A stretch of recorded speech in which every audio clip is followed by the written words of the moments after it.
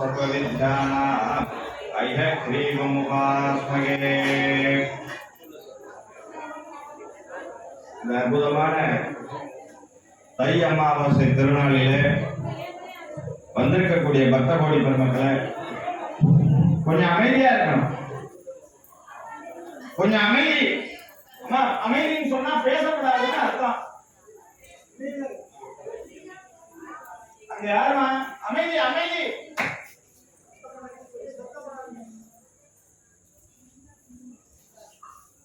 ராம்ஜி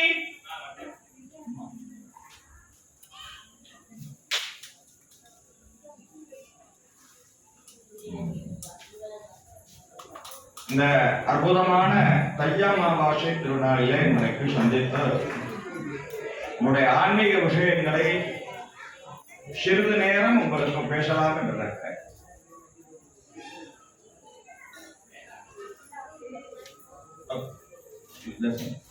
கொஞ்சம் கேட்டு தெரிஞ்சுக்கோ, ரொம்ப முக்கியமான கணக்கு. இப்போ மணி என்ன? மணி என்ன? 7 மணி. சிங்கப்பூர்ல என்ன டைம் இந்த நேரத்துக்கு? 9:30. மலேசியாவிலே அதே நேரம் தான், 9:30 தான். அமெரிக்காவில் என்ன நேரம்? அப்படி 12 மணி நேரம் உள்டா. ஒரு நாட்டுக்கும் ஒரு நாட்டுக்குமே நேரம் வித்தியாசப்படுது. அப்போ நம்ம நாட்டில இருந்து பூமியில இருந்து மேலுலகம் எவ்வளவு தூரத்தில் இருக்கு? சூரியன் எத்தனை கோடி மைல்களுக்கு அப்பால் இருக்கிறார்? சந்திரன் எத்தனை கோடி மைல்களுக்கு அப்பால் இருக்கிறார்? அப்போ இந்த நேரம் நாள் கணக்கு என்பது எப்படி போகிறது என்று தெரியுமா? இப்படியே சிறிய சிறிய வித்தியாசம் ஏற்பட்டு கொண்டே போய் நம்மளுடைய ஒரு வருடம் என்பது தேவர்களுக்கு, முன்னோர்களுக்கு, பிதர்லோகத்தை வசிப்பவர்களுக்கு ஒரு நாள் கணக்கு புரிஞ்சுச்சா? நம்மளுடைய ஒரு வருடம் நம்மளுடைய முன்னோர்களுக்கு, இறந்தவர்களுக்கு, தேவர்களுக்கு, தெய்வத்திற்கு எவ்வளவு நாள்? ஒரு நாள். புரியுதா? புரியுதா இப்ப கணக்கு? அப்போ வருடத்திலே ஒரு நாள் நீங்கள் முன்னோர்களுக்கு படைத்தீர்களானால் என்ன கணக்கு தெரியுமா? அவங்க கணக்கு வருஷம் முழுவதும் நித்தியமும் அவர்களுக்கு அன்னமிட்ட புண்ணியம் நமக்கு. எவ்வளவு சிம்பிளா கணக்கு சொல்லியிருக்காங்க, ஆன்மீகத்தை சொல்லியிருக்காங்க. ஒண்ணு, அப்போ வருஷத்திலே 3 அமாவாசைகள், ஆடி, புரட்டாசி, தை. இந்த 3 அமாவாசைகளும் பிதர்களுக்கு நாம் தர்ப்பணம் கொடுத்து, தவசம் கொடுத்து, அந்த முன்னோர்கள் வழிபாட்டை செய்து அவர்களுக்கு படையல் செய்தோமேயானால் என்ன தெரியுமா கணக்கு? நாம் தினசரி 3 நேரமும் உணவு உண்பதை போல நம்முடைய இறந்த மூதாதையர்களுக்கும் தினசரி 3 வேளையும் அன்னமிடுகின்ற ஒரு அற்புதமான பலன் நமக்கு. புரிஞ்சுச்சா? புரிஞ்சிருக்கா? புரிஞ்சு போயிடுச்சா? புரிஞ்சு இருக்கணும், புரிஞ்சு போயிடக்கூடாது. சரியா? அப்போ அப்படிப்பட்ட அற்புதமான அமாவாசையிலே ஒன்று இந்த தை அமாவாசை. இன்றைய தினம் என்ன சிறப்பு தெரியுமா? தை அமாவாசையுடைய சிறப்பு, நாமெல்லாம் 59 எங்க பண்ணிக்கிறோம்? திருக்கடையூர்ல பண்ணிக்கிறோம். அதன் சிறப்பு என்ன? திருக்கடையூர் ஸ்தலம் எதற்காக சிறப்பானது அதை சொல்லுவோம். புராண காலத்துல மார்க்கண்டேயனுக்காக யமதர்மராஜனை வதம் செய்து 16 என்று மார்க்கண்டேயனுக்கு அறிவுறுந்த ஸ்தலம் என்று சொல்லுவோம். ஆனால் 2 நூற்றாண்டுகளுக்கு முன்னால் சுப்பிரமணிய கணபாடிகள் என்று சொல்லக்கூடிய அத்தியாயனம் பண்ணக்கூடிய வேத கணபாடிகள் எல்லா கோயிலுமே ஒரு நகரத்தாக தெரியும். எல்லா கோயிலையும் வேத பாராயணம் பண்ணக்கூடிய அத்தியான பட்டர். அப்படிப்பட்ட அத்தியான பட்டர் அந்த அபிராமி அம்மன் கோவிலிலே அமர்ந்து கொண்டு நித்தியம் பௌர்ணமியாக அம்பாளை பௌர்ணமி போல ஜொலிப்பதாக தியானம் செய்து மந்திர உச்சாரணம் பண்ணிக்கொண்டார்.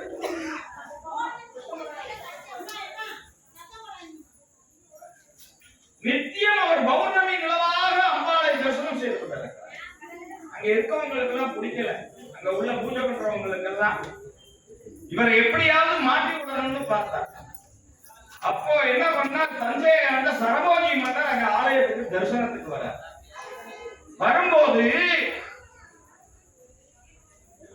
அந்த ராஜாட்ட அங்க உள்ளவெல்லாம் சொல்றா, இவர் ஒரு பைத்தியக்காரன் மாதிரி இருக்கான், மண்டக்கணமா பேசுறான், எது கேட்டாலும் மண்டக்கணமா பேசுறான், நீங்க கூட ஏதாவது கேள்வி இருக்கும் மண்டக்கணமா பதில் சொல்லுவான் பாருங்க, ராஜாவும் மதிக்க மாட்டான் உங்களை அப்படின்னு திட்ட போட்டு விடுறான். என்ன ராஜாவுக்கு கோபம் வருது, ராஜாவாகி என்னையே மதிக்க மாட்டான், நான் கேட்கிறேன் அவன் ஒரு கேள்வி கேளுங்கோ, இன்னைக்கு என்ன திடீர்னு கேளுங்கன்னு ஒருத்தன் விட்டு போட்டு விடுறான். அவர் அப்படி தியானத்துல அம்பாள பௌர்ணமியா பார்த்துட்டு இருக்கார். அன்றைய தினம் என்ன, இன்றைக்கு என்ன விசேஷம், தை அமாவாசை. ஒரு தை அமாவாசை அன்றைக்கு ராஜா கேட்கிறார், இன்றைக்கு என்ன திடீர்னு. அவர் சொல்றார், அப்படியே அம்பாளை பார்த்தபடி அப்படி முழு நிலவா அம்பாள் சொல்லிக்கிறா, இன்றைக்கு பௌர்ணமி திதி என்று சொல்ல. ராஜாக்கு வந்ததே கோபம். அப்படியா, இன்றைக்கு பௌர்ணமி திதியா, இரவு 9 மணிக்கு நான் வருவேன், உன்னை கீழே அக்னியை ஏற்றி மேலே தொட்டிலே கட்டி தொங்க விடுவேன், 9 மணிக்குள்ளாக நீ முழு விளவை வானிலே காண்பிக்க வேண்டும் வரவழைப்பு, அப்படி முழு நிலவு வரவில்லை என்றால் உன்னை அந்த அக்னிக்கே இரையாக்குவேன் என்று சொல்லிவிட்டு போயிட்டார். சாயங்காலம் இவரை பிடிச்சி கட்டி போட்டா, சாயங்காலமே அக்னி எல்லாம் ஏத்தியாச்சு, மேல தொட்டி கட்டி கயிறுல தொட்டி கட்டி மேல ஏத்தியாச்சு, அக்னிக்கு மேல இவர் என்ன பாட, அப்பதான் அபிராமி அந்தாதி, அபிராமி அந்தாதி பாடிட்டே இருக்கார். மணி 9 ஆகுது. எத்தனாவது பாடல் போயிட்டு இருக்கு, 79வது அபிராமி அந்தாதி பாடல் போயிட்டு இருக்கச்சே, அம்பாள் இந்த தை அமாவாசையிலேயே பக்தனை காப்பாற்றுவதற்காக நேரடியாக பிரசன்னமானாள். அம்பாள் அப்படியே தோன்று என்ன பண்ணா, தன் காதிலே உள்ள தாளங்கம் தோடுகள் ஜிமிக்கி அந்த தாளங்கத்தை கழட்டி மண்ணிலே வீசினார். அது அப்படியே முழு நிலவாக பிரகாசித்தது. ராஜாவிலிருந்து அவ்வளவு பேரும் பார்த்தார். அப்புறம் ராஜா அக்னியிலிருந்து அவரை கீழே இறக்கி, உங்களுடைய அருமை தெரியாமல் நாங்கள் உங்களை சோதித்து விட்டோம், மற்றவருடைய பேச்சை கேட்டு இருந்தது, நமஸ்காரம் செய்தார். இந்த தை அமாவாசை என்பது பக்தனை மரணப்படியிலே காப்பாற்ற அம்பாளே நேரடியாக வந்த அற்புதமான தினம். அப்படிப்பட்ட தினத்துல பத்தங்கரா தேவி மாதிரி ஒரு அற்புதமான தேவதையை நீங்களாம் தரிசனம் பண்ணும்போது உங்களுக்கு வரக்கூடிய ஆபத்துக்கள் எல்லாம் விலகும். வந்த ஆபத்துக்களும் விலகும், வருகின்ற ஆபத்துக்களும் விலகும், தீர்க்காயுஷ் கிடைக்கும். தெய்வ சுமங்கலி பவா என்று இருக்கிறவர்கள் எல்லாம் அடியே ஆசீர்வாதம் செய்கிறேன். நிறைந்த ஆரோக்கியம் ஆயுள் எல்லாம் தரக்கூடிய அற்புதமான அமாவாசை தை அமாவாசை. இந்த தினத்துல இங்க வந்திருக்கிற இங்க எல்லோரையும் அடியே வருக வருக என்று அன்போடு வரவேற்கிறேன். இந்த தை அமாவாசையில இந்த யாகம் யஜ்ஞம் எல்லாம் நடந்து கொண்டிருக்கிறது. தொடர்ந்து 5வது மாசமாக ஆலயத்தின் நிர்வாக பொறுப்பிலே இந்த அமாவாசை நடந்து கொண்டிருக்கிறது. உபயோகத்தாளர்கள் இல்லாமல் தொடர்ந்து 5வது அமாவாசை. அடுத்த மாசமும் உபயோகத்தாளர்கள். ஒரு அமாவாசை யாகம் யஜ்ஞம் அன்னதானம் எல்லாம் நடத்தி முடிப்பதற்காக நமக்கு தேவை ரொம்ப சொற்பமா செலவழித்தாலும் 1 லட்சம் ரூபாய். முடிந்தவர்கள் இயன்றவரை இந்த அன்னதானத்திற்கும் இந்த யாக யஜ்ஞங்களுக்கும் நீங்கள் பங்கு பெற்று இதை உதவி செய்து நடத்தலாம். உபயதாரராக ஏற்றுக்கொள்ள விருப்பம் உள்ளவர்கள் ஒரு 50,000 ரூபாய் கட்டினா போதும். மீது 50,000 ரூபாய் கோயிலில் வரக்கூடிய வருமானத்தை வச்சு நம்ம சமாளிப்போம். இயன்றவர்கள் அடுத்த அமாவாசை தினத்திற்கு அன்னதான உபயம் செய்ய யாரேனும் மனசு இருந்தால் அவர்கள் அடியெடுத்து தொடர்பு கொண்டு அதை பதிவு செய்வார்கள். சரியா?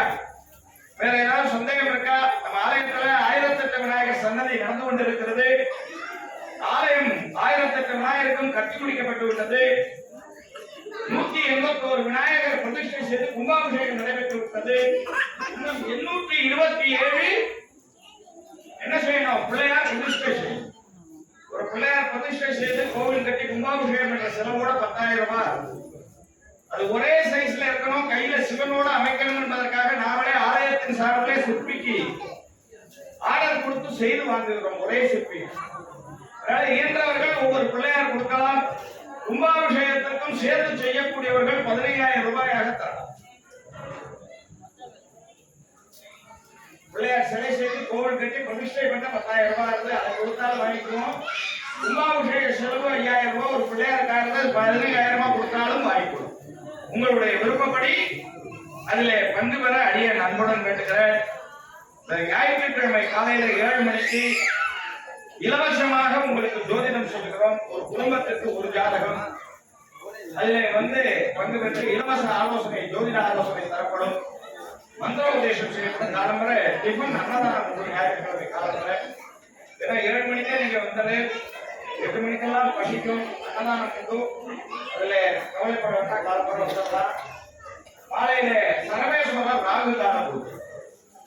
இந்த சரவேஸ்வரர் ராகு கால பூஜையில யாரெல்லாம் தொடர்ந்து பங்கு பெறுகிறீர்களோ அவர்களுடைய அத்தனை இன்னலும் நீங்கும்.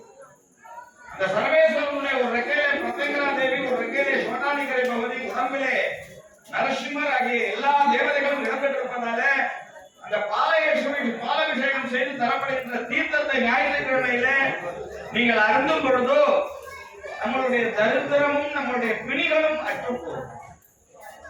தொடர்ந்து ஞாயிற்றுக்கிழமை ராகு காலத்துல பங்கு பெற்றால் ஜெயிக்க முடியாதுங்கிற கோரிக்கையே கிடையாது.